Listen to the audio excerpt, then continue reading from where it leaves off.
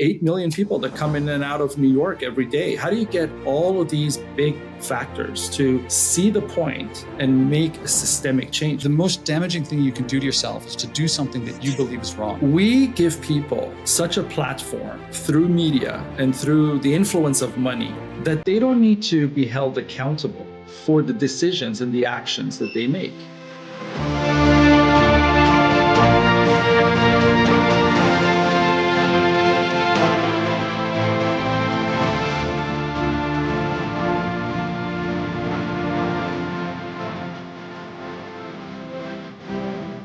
Guest today is Joshua Spodek, where we're going to be discussing some environmental and social lifestyle change issues with Josh. So the first thing we're going to do here is get right into it and introduce you guys to Josh. Josh, do you want to tell us a little about yourself?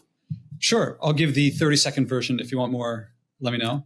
But way back when, I got a PhD in physics, left academia to start my first company. We had our ups and downs, went back to get an MBA.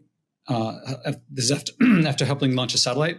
And I was doing a lot of leadership work. NYU hired me to be a professor there and wrote a couple of books on leadership and entrepreneurship and initiative. About 10 years ago, I did something I did not expect to be an important part of my life. At the time, if you had asked me, I'd always known about our environmental issues. Everyone knew about them. And I would say what I do doesn't matter. I would say governments and corporations, they cause a problem, they should fix it. And all sorts of things, why not to act? And nonetheless, I challenged myself looking at how much garbage I produced to see if I could go for 1 week without buying any packaged food. There's a whole story to it, but I expected deprivation and sacrifice because that's what everyone told me to expect. And I found I thought it'd be more expensive, it was cheaper. I thought it'd be less social, it was more social. I thought it was inaccessible, it improved accessibility for people who don't have access to something like a farmer's market like I do. And I realized that my culture had told me deprivation, sacrifice, and that was not the case. And the pitch that everyone's saying on sustainability is we have to sacrifice. It's terrible, but we have to do it. Meatless Mondays. No one says seatbelt Tuesdays or drinkless driving Wednesdays. You know, they say always drive sober, but they got to sneak in this no meat stuff. And so that led this process of switching from what I consider management, which is telling people what to do, giving them facts and numbers, to leadership, which is changing the system, it's stories and images and beliefs, role models. We have no role models of the leaders living sustainably. And so all they can peddle is deprivation and sacrifice because they actually haven't lived it, which is really joy, more time with family and things like that. So that was more than 30 seconds. But so I started this podcast, This Sustainable Life, and I work with executives and celebrities, athletes, elected officials, to change themselves in order to be able to change others. Systemic change begins with personal change. And if you try, you cannot lead others to live by values that you live the opposite of. So sorry, even more than 30 seconds. No, that's fine. That's fine. It's interesting you raise these things because when I started Compassiviste, it was really based on certain moral tenets, so to speak, a spiritual outlook of how to make a difference in the world today. I too came from a very different background, and one day I just snapped at myself. I said, I can't go on this way. You need to make that change. And so I started making the change within, just like you.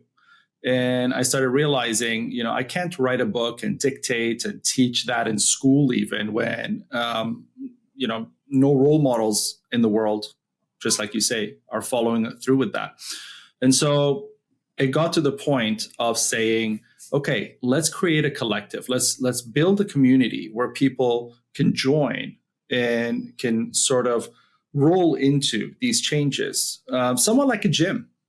People come to a gym, they may not know how to prepare for a marathon, but come in there, getting along with other runners, some coaches, some people there in a collective and living that lifestyle slowly prepares them to get into that mood. And so that's really, where I think we connect so much is in being the change, being the beginning of that change. And so where I want to take this now is how do you see that someone like yourself or myself or others in the same shoes can actually be that transformative power to change? What is it that we can do to make that change on a larger scale? Because you're in Manhattan, you chart on your website all these, amazing milestones that you have. Not a lot of people can do that. But instead of just being able to see Josh's output, how do we try to be more like Josh? Well, everyone's got to live their life by their values, not mine. I believe that we all prefer clean air, clean water, clean land, stewardship, something that we've abandoned as a culture insofar as how we mediate our behavior. When the environment mediates our behavior, treating each other, we have, as a culture, abandoned do unto others as you would have them do unto you. We've abandoned live and let live. And we've abandoned leave it better than you found it. The golden rule, common decency, and stewardship. We have a lot of people promoting sustainability who are not living sustainably, far from it. And there's a million justifications and rationalizations you can come up with and saying, oh, well, by flying around or by doing whatever, I'm actually being more effective than I would be otherwise. These are the lies we tell ourselves. What we're really telling people is if you can come up with an excuse, come up with an excuse. I mean, no one thinks that what they're doing is, I don't know anyone who thinks what they're doing is useless or not valuable. So they're doing what they believe is valuable, and that requires living as they have for the past several centuries, or polluting, depleting. Mm-hmm. And what's lacking in sustainability is, well, in leadership, some very critical components of leadership are credibility, integrity, authenticity, genuineness. And if you don't have those, I mean, one of the most, how do I put it? Some of the strongest evidence that there are no environmental problems is people who say that there are environmental problems not changing. And you can say all you want, oh, what one person does doesn't matter. But that's exactly what matters. And to evaluate what you do based on just what you're doing in that moment is like telling LeBron James, practicing your jump shot doesn't matter. Because you got to do a lot of stuff. You got to do so much stuff out on the court. The whole team has to come together. Why are you practicing a jump shot? That's such a rare occurrence. It really doesn't make a difference. Telling Yo-Yo Ma, why are you practicing your scales? No one wants to go to Carnegie Hall to see you play scales. But of course, that's how you get to Carnegie Hall. That's how you reach the NBA Finals, is practicing the basics. Is practicing the basics all? No, you practice the basics, and that's how you learn what to do. That's how you learn to love what you do. And that leads to a lot of introspection, self-awareness, and learning what to share. Now, I guess if someone tries to live sustainably and they just can't stand it, I don't know if they're going to be effective at getting others to live sustainably. But if they love it, then what they share is love and joy. And our isolated world, all the more isolated from all the things that pollute, I choose love over isolation. You bring up love quite often in your conversation. And the vision for Compassiviste is a world in harmony. And Compassiviste is a word I coined, and it really is joining compassion and activism together to make a word. And so because there was no such word, you had to say, I'm acting compassionately to justify this behavior. But as a person, you can be that prioritized version of yourself. You can prioritize compassion, love in everything that you do. And if I think people were to make that one change from an opportunistic modular approach or a capitalist approach to life or a selfish approach or a greedy approach or all these approaches that are taught today or mandated in society to advance towards a compassion or love approach like what you're suggesting, it makes a world of difference into the rest of the actions that we're willing to be involved in. And so in that sense, I think the importance of this ability to change is not only in role models, but also in activating, or maybe the better word is igniting people to have that pivotal moment in their lives where that spiritual moment to make them want to change. Because you can have role models. There are a lot of role models. I mean, you brought up basketball. There are a lot of basketball fans in the US. They may look up to some of the players, but they don't necessarily live by the lifestyles and standards of these players and the work ethics of these players. They look at them as role models in a very different conceptual capacity. So what is it that you think is that changing feature that can take us from viewing someone as a role model in terms of appreciating them to wanting to perform in a manner that supports the changes we need in society today? Well, in sustainability, we have no role models. I'm not aware of any well-known, like nationally known or globally known sustainability proponent who is living sustainably. So we have no role models. In leadership, there are plenty of role models that are lacking. I mean, to me, one of the big ones is Abraham Lincoln, and he was. I mean, that's someone in politics, but there's lots of different areas. But we have to become the role models. If we have none, I mean, Taylor Swift is probably in an airplane right now, and she is tremendously influential. And yes. Just picking flying is just one thing of many things it's very polluting. Most people associate flying with seeing a distant relative, and they forget about the flight brought them away from the relative and created a culture where we're all living flying distance apart from each other, where they think that it's something that I need to for my job. You don't want me to lose my job, but they forget that flying forces businesses to compete with all other businesses all around the world, and not in a way that benefits the consumer. Like probably right now, there are people flying on an airplane from New York to LA to go sell something in LA, and someone in LA is flying to New York to sell the exact same thing, and they both could have just gone cross town. And so our culture teaches us. Yeah, you talked about how do you motivate people? How do you get them to have that pivotal moment or something like that? Everyone cares about the environment. That's the biggest thing that I've discovered on my podcast. Everyone is deeply passionate about living in a pure, clean world and leaving something like that for their future generations. And when I hear someone say, oh, those people in that tribe, they don't care. That person is living unsustainably. And I say, do you care? And they say, of course I care. Well, why aren't you living sustainably? The problem is not people not caring. And if you say they don't care, you've just lost all your ability to influence them, because they're going to say, of course I care. If you think that I don't care, you don't know what you're talking about. You don't know me, I don't have to listen to you. And if we just take a political spectrum, both ends of the political spectrum are saying it's the others.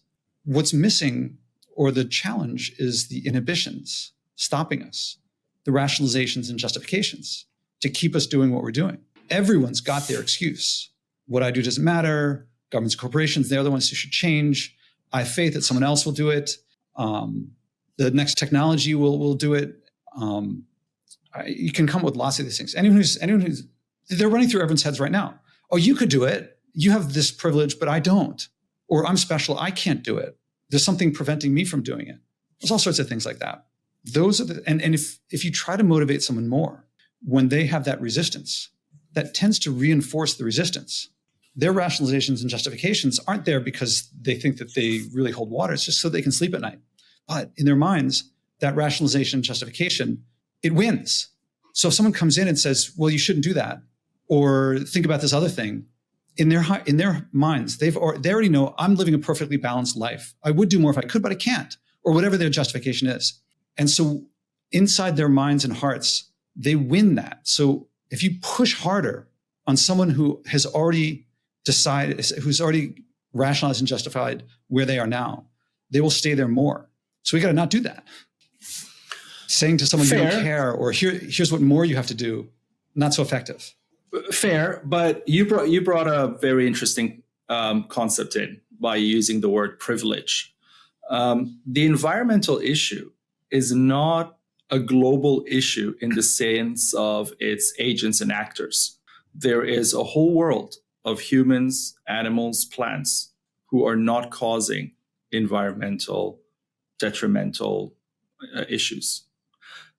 They shouldn't be making changes in the same way that the population that is causing most of this breakdown, this social breakdown, as I see it, this disharmony that we're going towards, in the same way. We have people, like you said, Taylor Swift on a plane, very different in terms of her output, her carbon footprint, as some tribes living in the Amazon forest right now.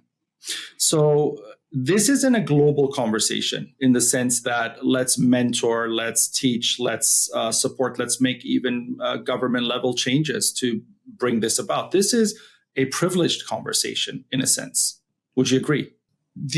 I've had on my podcast people who have lived among the San, the Kogi, the Hadza, the Tsimane, Native Americans, the Matses, and people are very tempted to say, let's go, like their land is being taken away. Let's go over there and try to help them.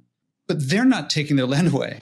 And also people say to me, Josh, if you like nature so much, why don't you go live off in nature?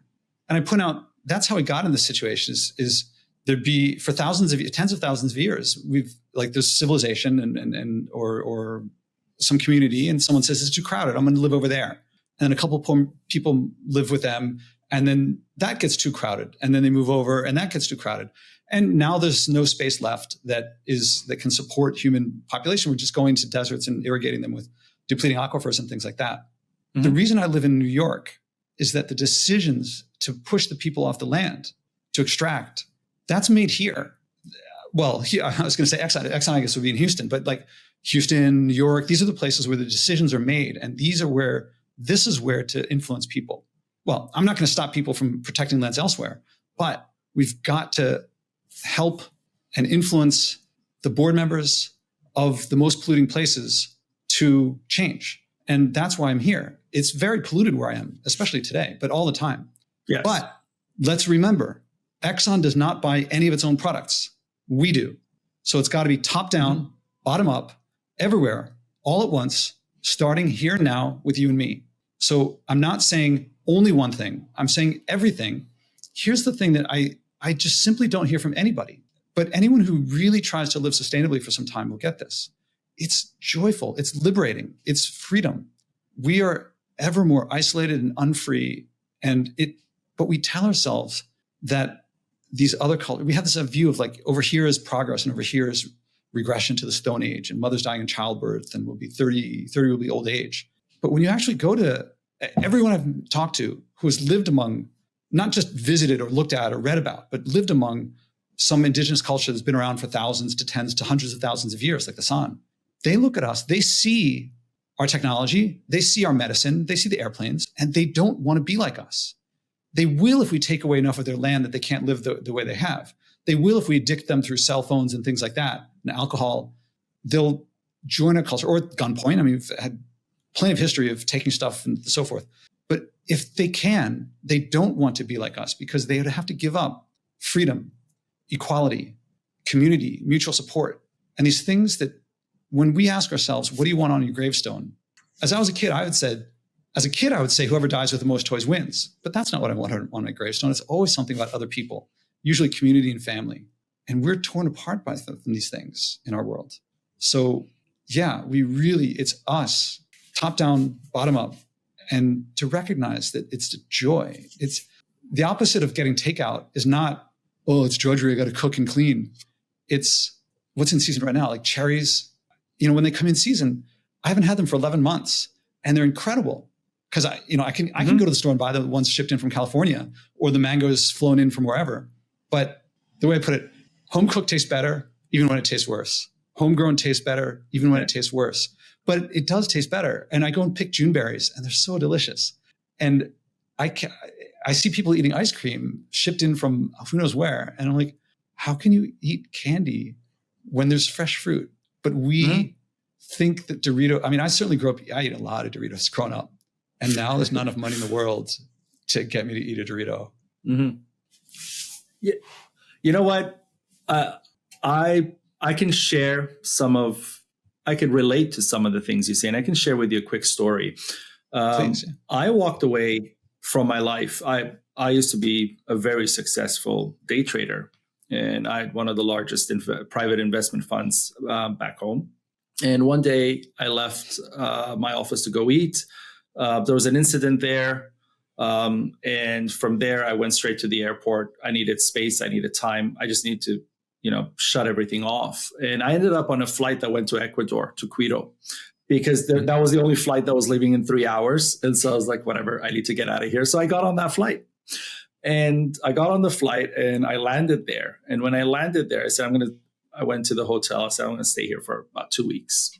So I made friends with some of the people who were there because I had absolutely no friends there. And they started showing me all of the things you were saying, all this beautiful living and, picking what's there and eating what's there and community. And just, it was so different and it was so beautiful because I traveled a lot. I love traveling. I used to travel all the time. I've been to over 170 countries and I didn't care about the environment. I said, there are people doing that. There's a student in Sweden. She's doing that. I don't need to worry about that. So, that's how I was thinking. I worked really hard. I made a lot of money. I deserve this. I deserve to go to these resorts. I deserve to go on these flights. So that was the starting point of my change when I realized these people live so happily and they don't have a Rolex store anywhere. And to me, it was impossible to think that. I mean, you grow up walking up and down Fifth Avenue or Madison, those are the things that bring you joy. Being able to buy, being able to overspend and do all those things. And to change from that to what you're talking about right now is what I did, which took me about 7 years. It took me 7 years to be able to, I have not bought a piece of clothing, I could comfortably tell you, for about 3 years because I don't need it. And it doesn't make me happy. It does not make me happy to go and buy the latest brand name style.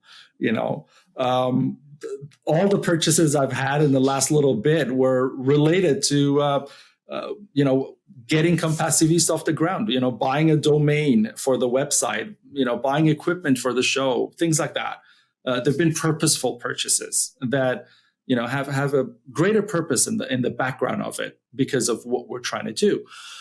And so I understand perfectly what you're saying, but the problem I am encountering more and more is we give people such a platform through media and through the influence of money that they don't need to be held accountable for the decisions and the actions that they make.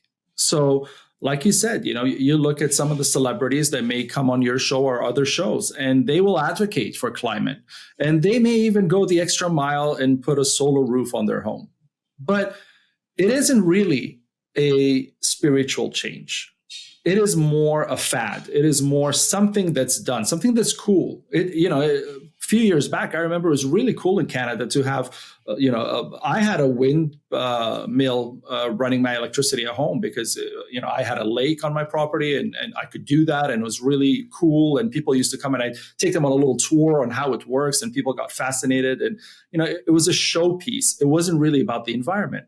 And I find a lot of people are involved in sustainability today from that perspective. You have, huge organizations, who are really destroying the planet, who are at the same time giving to charities that support sustainability or, environmental charities and whatnot. And they're giving about, 0.2% of their net profit probably, to a cause, yet everything they do is detrimental. So to change this is a matter of changing capitalism.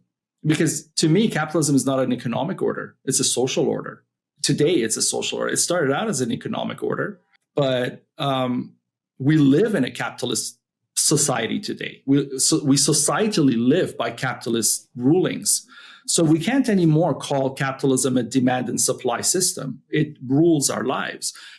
What would you say needs to be done on a societal level to transition from a purely capitalist, modern capitalist perspective, and not, the traditional view, but a modern perspective of overconsumption and the necessity of overconsumption to maintain, for example, in the US, you need a percentage growth annually in your economy to maintain the dollar the value. And if you don't, you're talking about big problems. You're talking about big recessions. And to do that, you have to overconsume because that's the only way you continue growing.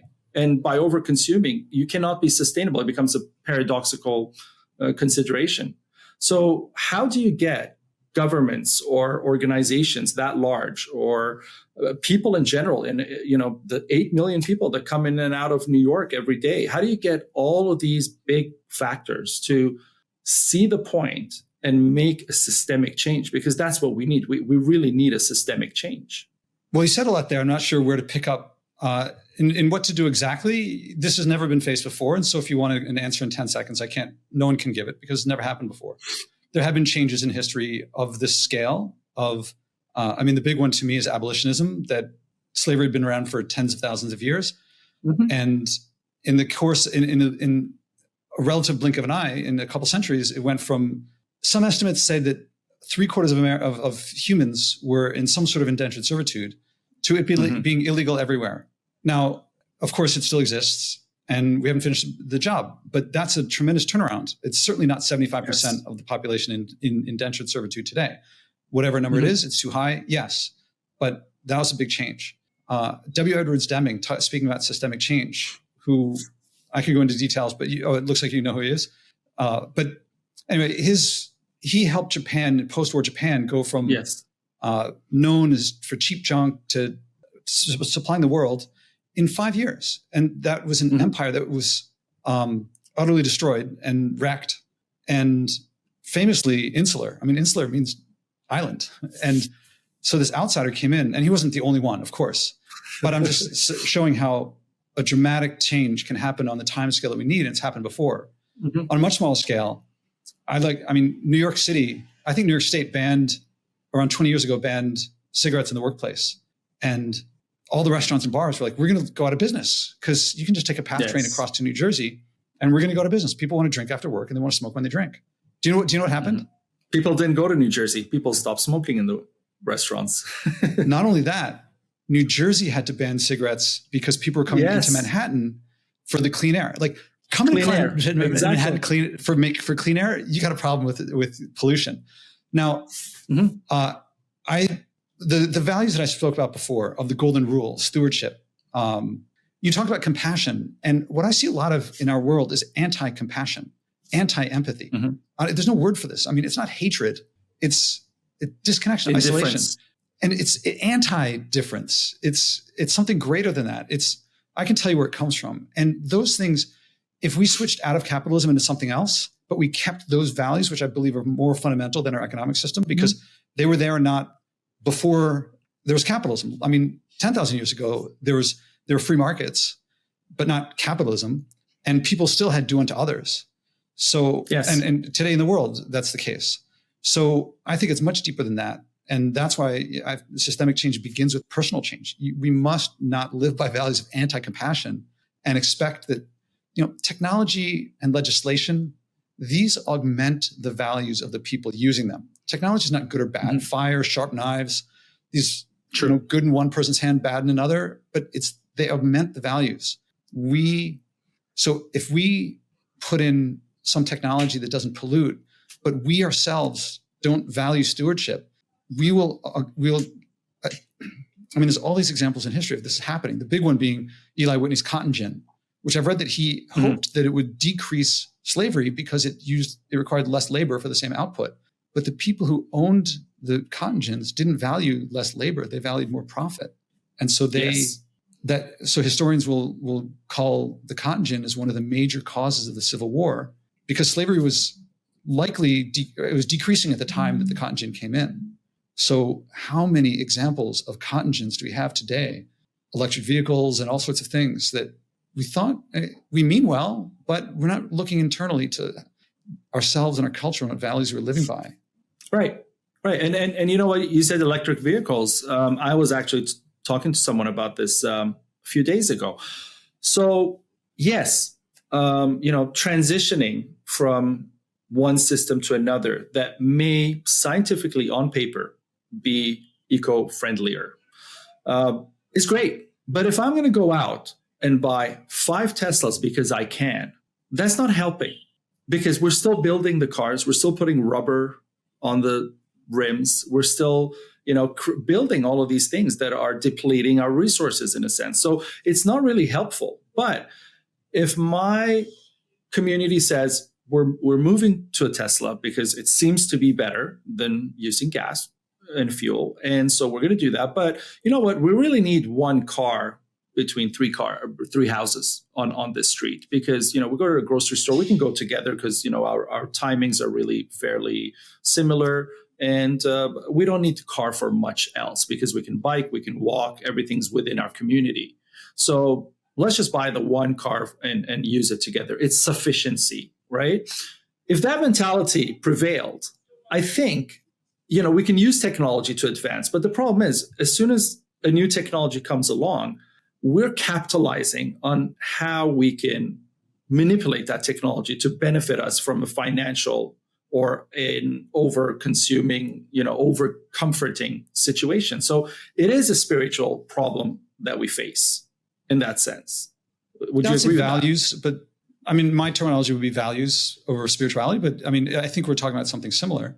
As long as the roads are there, people will use them. I mean, to me, when you talk about driving, I don't know if you've read The Power Broker about Robert Moses in New York City. But yeah.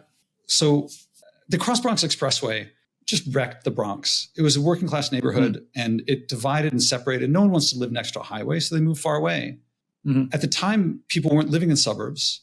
I'm oversimplifying a bit here. And it didn't take very long before, during the World Series, the cameras just on top of Yankee Stadium panned over to the Bronx and you could see it burning. That's not a neighborhood where people want to be. As long as before the roads were there, people didn't move out to the suburbs so they could hack their way through the forest into the city. But once the roads were built, people moved out. Take the roads out and people will move back in. It may take some time, but as long as they're there, people will say, well, what can I do? I have to drive. The Embarcadero Highway in San Francisco, people studied it and realized that it was wrecking the waterfront and causing congestion. And they recommended taking it out. But no politician that spent however much money they spent to make it was going to say, let's take it out. And then an earthquake happened and it was cheaper to remove it than to put it back in. And no one wants to put it back in again. It was a mistake to have built it. Well, they didn't know any better. They didn't know, they should have known that it would induce demand and things like that. So, but the big example here would be Amsterdam, which I didn't know was covered with cars in the 50s and 60s. And there were plans to raise what we now think of as the bicycle-friendly center that I thought, well, it's just this medieval town that was better for bikes than for cars. And so it's bike-friendly. No, they were going to turn it to Houston. They were going to put all the bypasses in. And the people went out and sat down and lay down in the street and said, we're not going to do this. Yes. And over decades, it's become what it is. And that's spread to all the other Dutch cities and all over the place. And I mean, I really want to do that with where I live here. And we can all do that. Now, people say, but all I can do, I have to drive. They're saying the problem. Yeah, that's the problem we want to change. If you just say the problem and just say, well, the problem exists and therefore there's nothing we can do. It's like saying my baby needs its diaper changed. What can I do? Change it. And taking down highways isn't getting poop on your hands.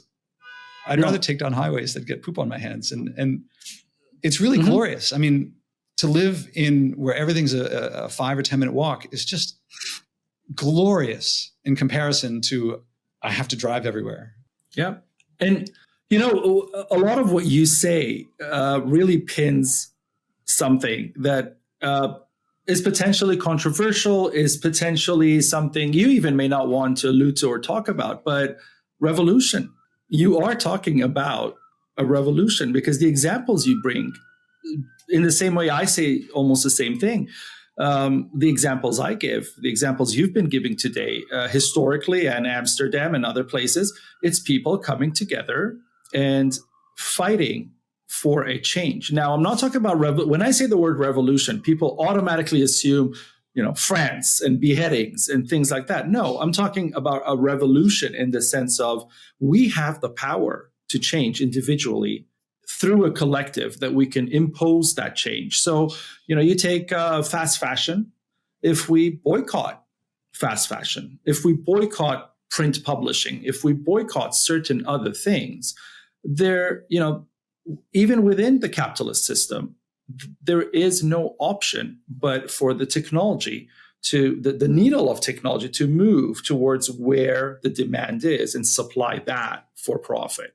So I'm sure if everybody says, we're not buying a print book no matter what anymore, Random House will have to change the way it markets digital books because there's no more person buying a singular print book. Now, how easy is it to do that? Not easy. I walked away from a top 5 publishing contract, a very ludicrous one, and lucrative. Lucrative or because ludicrous? I lost all art. Both words, because Both. ludicrous, Okay. because they wanted me to give up all of my artistic vision and my creative insight into what I was writing, because it wasn't as marketable as what they wanted, because there was some controversy in there, they said. And lucrative in the sense that it was a good chunk of money. And I walked away because that part, but also I wanted to only be digital for now, because of the the way they handle the books. And so I ended up creating what is Compassiviste Publishing. And when we launch Compassiviste Publishing, you'll see it is a very honest space for artists, for writers, for authors who can come in and really have a say in what they want to do with their work, and also be fully environmentally conscious, in the sense that it's not only about publishing the book. I mean, you print a singular book, somebody has to shelf it on a bookstore. There's electricity running there. There's water. There's staff coming and going to their work shifts. There's pollution created from the time this book is manufactured in the printing press, wherever that may be, and logistics. And so much happens to this book before it reaches your hands. So, people come and say, oh, it's offset. And, I could talk about the hypocrisy all day. So in a sense, I stood my ground. I said, I'm not going to be part of this hypocrisy. And I stood my ground. Now, how many people are going to do that? How many authors are going to go out there and say no to Hachette or Random House because of their values? Unless they're so privileged that they can, or unless they're so crazy that they say, you know what, I'm going to say no to you. I'm going to build my own publishing house. I'm going to go out there and I'm going to make a change, and I'm going to try to force this change upon that industry. So I did that. That was one of the moves that I did do already, and I'm committed to continuing with Compassiviste all the way. I'm sinking with the ship if I have to. But that is what you're talking about as well, because you're talking about change, and you're talking about we need to impose that change. We need to make the difference. We need to be the difference. So you're really talking about revolution, at the simplest, friendliest word, reform. I view it as restoring values that we've jettisoned. We don't live by values that have been the foundation of every culture. I mean, I'm not an anthropologist, but as I understand, the golden rule, some sort of reciprocity, is in every culture, and not ours. So you can call it revolution if you want. I would call it just restoring values that we need, that we as a social species rely on. We need. Yes. So people call me extreme, but I describe they're like, oh, you haven't thrown out your garbage, and you haven't filled up one load of garbage in 4 years. You haven't flown since 2016. My apartment's been disconnected from the electric grid for over a year. Mm-hmm. And they're like, oh, you're so extreme. Well, there was no electric grid more than 100 years ago. No one flew in airplanes almost no one flies in airplanes today. Something like 80% of people don't fly. Yes. But people who fly think we're so entitled that we just think everyone does and everyone should. But most people don't fly. I mean, Abraham Lincoln never flew. He was pretty effective. Yes. And so I think of it much more traditional. And my fridge is, I don't know if you can see it. It's like it's there. It's not plugged in. Yeah. It hasn't been plugged in since almost 2 years now. And the result is more fresh, not less. So the language you use, I won't not use. It's not my language, because it feels to me much more like back in my party days. I used to go out and have so much fun partying. And sometimes someone would leave. They're like, I got to go home and walk my dog. I got to go home and let the sitter go home and take care of my kid. And I'm like, this is a great party. They weren't leaving the party. They were going to a relationship, someone that depended on them, someone that they loved, someone that loved them back. Or I don't want to call a dog someone, something, a pet, even a garden. People put more effort into gardens than I do into sustainability. So I don't think of myself as extreme. And I don't think of, the revolution was in letting go of our deepest values, and it's not effective. It's isolating us. If I can go on, say a bit more about Lincoln, there's a quote that he said that is perhaps the most important quote I've come across relevant to sustainability. He said, and I might get the words exactly wrong, but the most damaging thing you can do to yourself is to do something that you believe is wrong. Wrong. Yeah. And he didn't say to do something wrong, absolutely, or to do something that he believed was wrong. It's not external judgment. It's not me judging you. It's that internal conflict. Because I've played this out a bunch. Most people, I think, believe that they're a good person. If I believe that I'm a good person and I do something that I believe is wrong, I've got this conflict. How do I resolve it? Now, if it's just me doing it, maybe I'll stop doing it. But if I live in a world where everyone around me is doing it, at that time, if you lived in Alabama, everyone for hundreds of miles in every direction, well, if you were a slave owner, all the slave owners around you for hundreds of miles were doing it. So it just seems normal to you. But if you still feel that it's wrong, you will, if you can't stop, and for us, it's virtually everyone around the world is behaving unsustainably, with a very rare exception of a few indigenous cultures here and there, and a few people who are living off in the woods. But even them, they tend to have kerosene or something like that.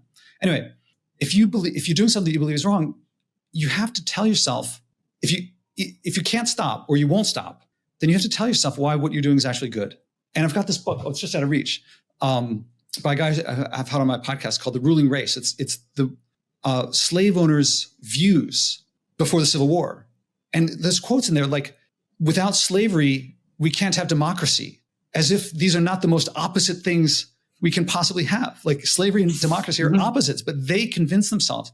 So if you're doing something you believe is wrong, you have to tell yourself why it's actually good. Oh, they're not human. Oh, this is what we require for democracy. Oh, we're bringing them civilization. Whatever it was back then. This historian Eric Williams, Ibram Kendi today will point out, racism didn't create slavery. Slavery created racism because they were doing something they believed was wrong and they had to convince themselves that it was actually good. Well, what happens when that happens is a couple things. One is that every time you're reminded, in that case, of the other person's humanity, you hit them and they cry out in pain. They have children, they love them, they're clearly human. And you said that they weren't. So you start hating them for reinforcing that you feel bad. And in our case, we keep telling ourselves we're powerless, or we say we're bringing them free markets. Well, our markets aren't even free. You can't have a free market when someone, like I make something and I'm polluting someone else and 9 million people a year die from breathing polluted air. And we say they had no vote in that. That's not democracy and that's not a free market. And we say we have democracy and free market. So we get really angry and frustrated, and we close ourselves down from listening every time we're reminded of this story we told ourselves that this bad thing is actually good. And the other big thing is we keep doing it. So we do it more. So we get in this death spiral of doing more, what makes us hate and repress and deny and suppress. And Abraham Lincoln nailed it. It's the most damaging thing you can do to yourself because you just keep doing it and you keep digging that hole. Now there's a way out of it, which is practicing the basics. Because, Yo-Yo Ma playing one scale doesn't get him to Carnegie Hall. He's got to practice and practice and practice. Same with LeBron and same with all of us. And that's why when people say, Josh, look at what you do. It's just one little thing. It doesn't make much of a difference. I'm like, I'm playing my scales. And I love it. That's the biggest thing, that descent into hatred and suppression and denial. The flip side of practicing the basics is elevation into love and golden rule. Yes. And joy. Yes. And trees are just beautiful. Flowers and all, and I'm not a hippie. I'm not a tree hugger. I've never hugged a tree in my life. I don't, before climbing up and down the stairs to take my panels up to the roof to charge, I was like, why am I doing this? And I realized when you do something that takes effort, one of my mentors, Francis Hesselbein, quotes Khalil Gibran saying, work is love made beautiful. I'm sorry, made visible. Work is love made visible. And people say, oh, you're doing so much. I don't want to do all that. It's love. Like if you have a child, if you have a pet, you've worked harder than I have. You've spent more money than I have. But I'm connecting, love thy neighbor as thyself. That's not one of the ones that's like, thou shalt not kill, or like it's not the don't do. It's the do, because it's not protecting you from harm. It's saying this is greatness. This is glory. This is honor. This is passion and also safety and health and longevity and national security and all these other things. Right. And they all come together. No, they all come together. You're right. But, I use a quote, something I paraphrase from Socrates. I mean, he said, the secret to change is not to focus all your energy on fighting the old, but on building the new. And I find that really fascinating because a lot of, say, climate activists, right, what they're doing is they're continuously fighting the old without presenting an alternative, without presenting an option. And I see this in yes, and also they haven't thought it through sometimes as well, because the other issue is being influential in itself. It has become an end. So you have these huge places, entities, groups that come out and they'll disrupt the city or a day in a city, and they'll get national news coverage, and they'll go on the news and they'll say things like, we want the government to stop using oil by 8 a.m. tomorrow morning. And you can't really ask that. You can't do that. And they know it's not going to work. And all they're doing is racking up likes on their Instagram feeds because they're doing some crazy stunts, and it's getting them activity and joy. But really, all they're doing is sitting there trying to fight something that is you just cannot fight, because change is not about suppressing one thing. I mean, if I want to change a society, and I think that by killing the leader of that society that I have changed society, I'm mistaken, because that society has not changed. I haven't imposed any change in that society. All I've done is eliminate one member of that society. I would have to come in and change the mental infrastructure of that society, kind of like what Jesus was trying to do, historically, whether you're Christian or not, a historical example, this person walks into town and says, love each other, or do this or do that, or be kind, or live, with compassion. And so there was a change in the mental cognition of society at that point. So that is creating change. That is bringing something new in your life right now. I mean, you've been doing this for a while, trying to advocate for this. You live it. You actually live it. You're not just sitting on a podium and giving TEDx talks and just doing that, and then going home in your Maserati to a mansion that's on the grid, paying $12,000 a month in electricity bills. So that's not you. You're living and walking it all at the same time. So if you had to say what that new is and where we can take this conversation, so we can make that the call to action. I mean, what is that call to action? How is Josh going to tell people and the Compassiviste community where this new is, where the change is? One of the big outcomes of my podcast was what I call the Spodek, what other people call, and now I call the Spodek method, which is a leadership technique. And it usually is something like a 15, 20-minute conversation where I ask people what the environment means to them. Most people answer what they've read about in the paper or saw in the news, but actually their actual experience is usually something, growing up, if they grew up by the ocean or the mountains, there's something, this great experience. And I invite them to act on those values, the things, the emotions that experience brought up means to them. When they do that, when they act for intrinsic motivation, not, oh, everyone's going to die if you don't do this, Bangladesh is underwater. That's extrinsic. I mean, unless you're in Bangladesh or connected with there somewhere in some way. And this leads people to, after they go through the Spodek method, they want to act for their reasons, not out of obligation. And then they want to share it with others. So on the podcast, I try to bring in, as I mentioned, CEOs and politicians and celebrities and actors and athletes. I also do these workshops where I teach people I do the Spodek method with them. They do it with me. Then I teach them how to do it, how to teach others, and teach people to teach people to teach people. And I think you talked earlier about the gym. I look at one role model current is like CrossFit.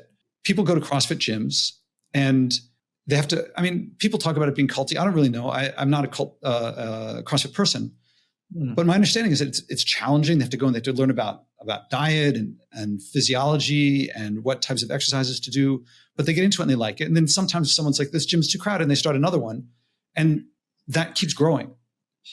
Alcoholics Anonymous, Weight Watchers, these are other things that have grown in this way where people have very big life changes they want to make, but they have trouble making. And the Spodek method is this thing that people come back to me and they say, this changed everything. Now I'm doing it for reasons. I see that this is going towards something I like, that I've always known, that I've been suppressing for a long time. Now, as it changes more and more, as people do the Spodek method with people around them, then you start getting community kick in. So it's not just even one person I mean, if someone's like a CEO, then they can influence the whole company. And I see that happening sometimes. Mm-hmm. Even if you're not a CEO and you're not at a leverage point, once you get a few people around you, maybe 5 people around you, to start doing what they can. And it is not imperative that the first thing be big. The first thing may be nothing. It's the slope, not the y-intercept that matters. So if you can start doing a little bit more, now to you, I'll say the second derivative as well is really important. And if you can get more and more derivatives going up, but I'll just say, if you can get people wanting to do more, they'll eventually cross over some mere compliance. But once you have, say, 3, 4, 5 people around you doing it, now you're swimming downstream instead of upstream. It's easier to keep going and to keep doing more. I didn't stop flying planes because I was obligated to. I did it because when I avoided packaged food, that improved my life. And I thought, I wonder what else might improve my life. It was a small step. It looks big from the outside, but from the step before, it was small. Each step is small. And I did it because I was curious. And it only took a few months into that first year of challenging myself to go for 1 year without flying that I thought, oh, maybe I'll go for a second year. This is actually better. And I thought I was going to be disowned by my family. And I thought I was going to get kicked out of my apartment, not know how to eat because I'd run out of money. And it was the opposite. So the Spodek method is how I can take my 10 years of really dedicated action, which itself built on decades of being vegetarian and things like that, that I can get that in 20 minutes. I wish someone had 10 years ago brought me through this 20-minute process. So and to me, it's like in this movement, growing movement, it's the equivalent of nonviolent civil disobedience in, say, India or civil rights or the lots of places where civil disobedience work. Civil disobedience has its place here, but it's generally for changing people with power who are pressing. We are the ones with power if we're the ones with access to the fossil fuels and the plastics and the PFAS and all these other things. So the Spodek method is changing ourselves first and enabling ourselves to change others. So I do these workshops in them. If people are interested, contact me. My book is going to be on this, but it's the process. And I guess I'll wrap this part up with saying coaches, I'll use a sports place, but you can pick, this happens in all performance-based things. Coaches will say, focus on playing the best you can and the score will work itself out. And I think I'm quoting, I'm intending to quote John Wooden, who won like 10 out of 11 years in basketball and in college basketball. And it was like one of the great coaches. He didn't focus on winning the game. He focused on playing the best you possibly can, which is great. I mean, it's a great experience to reach your potential and it tends to win more. We're losing on sustainability. We got to change that. No. You know what? I have an optimistic view of sustainability because what I'm noticing is a little while ago, when you spoke about sustainability, there was a lot of literature that countered what is happening, that countered the reality. Whereas today, whether people believe or don't believe, or whether there's a lot of discrepancy in the statistics, or whether there's a lot of misinformation and disinformation about sustainability and the climate issue, you see people trying to be involved in some way or another. Whether it's even when it's for marketing purposes, you see stores try to be involved. I mean, a lot of farmers markets, a lot of other spaces that have come out to try to be involved in this space are spaces that would not have come out, 2 decades ago with such force, because there wasn't the discussion. There weren't people like Josh out there, bringing this to the forefront so that people could see it happen. People could, say, look, I'm watching this guy live in front of me, live in Manhattan. He's 2 blocks down from where I am, and he's living this and he's doing it. It's a possibility. So, it's very easy to be optimistic about where we're heading with sustainability. The problem is we don't have the time. We don't have the luxury of tens of thousands of years of civilization slowly changing, just like we did with our societal revolutions, from a feudal system to where we are today. It took many centuries. And so I don't think we have that kind of luxury. So we need to kind of fast track this and put it on, on that front burner really quick. So having said that, what would be your final wisdom to share here to say, other than change yourself first and commit to that and try to spread that change? what would be the ignition point for somebody to be able to get up the next morning to actually make that change? It's really, learn the Spodek method and practice it with someone in your life and have them practice back to you, and together go through this process. It's practicing the basics. And if you don't practice the basics, you will never reach Carnegie Hall. So commit to Spodek resolution, essentially. That would be what not it to is. Copy me. Not to do what I'm doing. The Spodek method is a very specific process. Within theirs. Yeah, but it's practicing the basics, finding the joy in that, and keeping at it, and recognizing that the changes, it's much more at the start happiness. Internal, and then the result is it's incredible freedom and love and joy. Yeah, and yes, it looks like not that in the way that someone addicted to something, they see the withdrawal and they don't see the freedom on the far side of it. And they don't see how much they're destroying their relationships with others as they gamble or use meth or whatever they're doing. Yeah. Or the comfort and convenience that comes with fossil fuels and other things that pollute. They can't see, it looks like they're going to lose everything. And it does feel that way. Mm-hmm. And on the far side of withdrawal I guess MLK would say, I've seen the promised land. I may not get there with you, but I've seen it. Like it's the promised land. It's milk and honey. It's joy and love and freedom. Yeah.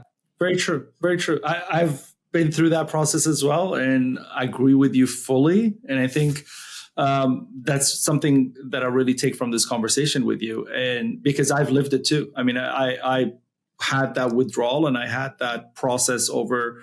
It took a few years for me to really be happy, and I'm happy now. I was never this happy at the height of, everything I thought brought happiness, courtside seats, this and that, whatever it may be, things that I thought were the ultimate in happiness, were just making me sadder. And now I'm really, really happy with my life. And, I find purpose, I find joy, my relationships are genuine in every form. So you're very right about that. And I'm going to look forward to... You didn't have someone like you. I bet you, did you have someone like you? No, I went through the process by myself. I mean, like I told you, I got on that plane to Quito. This is what changed. From Quito, I said, where am I going to go next? And I had my card that would allow me do whatever I wanted financially. So I kept hopping 4 seasons to 4 seasons, and thinking this is change. This is me becoming spiritual. And one day I realized it's not. All I'm doing is not going to work. That's all I'm doing. But I'm living the same way. So I'm not happy again. And so I said, you know what, Ali, you're too addicted to your lifestyle to become happy ever. So I gave away every penny I had. Literally.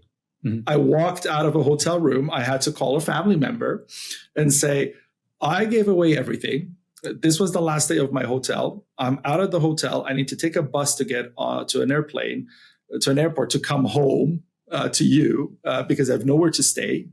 Everything's gone. And, figure my life out from there. And I, at that point, had exactly 9 euros in my pocket. And I restarted my life from there. And anyone listening or watching this can hear what's the emotion in that? Revelation, joy. It's something positive. Yes, it is. It's fully positive. And it's within everyone's grasp. In fact, it's after you do it, it's almost like, what took me so long? And anyone I hope that people are listening to you and thinking, maybe I can do it. And that's a huge advance over not having you to listen to.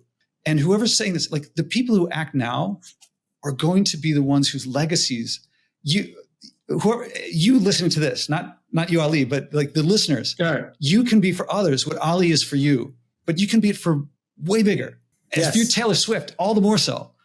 But even if you're not, just for the people in your life, you can be someone who has transformed people's lives that they will wish, then they're going to and you can tell them you can do it for others as well. And this is not like, I'm not some preacher. I'm not like, this is salvation or something like that. It's plain and simple. Right.